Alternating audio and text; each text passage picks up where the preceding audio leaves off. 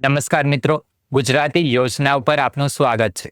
ગુજરાત પવિત્ર યાત્રાધામ વિકાસ બોર્ડ ગાંધીનગરની કચેરી માટે તદ્દન હંગામી ધોરણે 11 માસના કરાર આધારિત જગ્યા આવેલી છે. કાર્યપાલક ઇજનેર છે, તેની લાયકાત, અનુભવ, પગાર ધોરણ એ આજના વિડીયોમાં આજે આપણે માહિતી મેળવી લઈએ.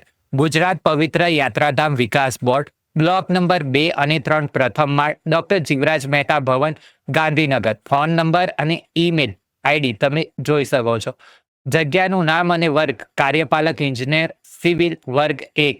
લાયકાતની વાત કરીએ તો civil engineer degree, masters degree civil engineer અથવા તેને સમકક્ષ ડિગ્રી હોવી જોઈએ. અનુભવની વાત કરીએ તો નાયબ કાર્યપાલક ઇજનેર વર્ગ 2 તરીકે સરકારશ્રીમાં ફરજ બજાવ્યા અંગેનો 2 વર્ષનો અનુભવ અથવા કાર્યપાલક ઇજનેર વર્ગ 1 તરીકે સરકારશ્રીમાં ફરજ બજાવ્યા અંગેનો 1 વર્ષનો અનુભવ હોવો જોઈએ.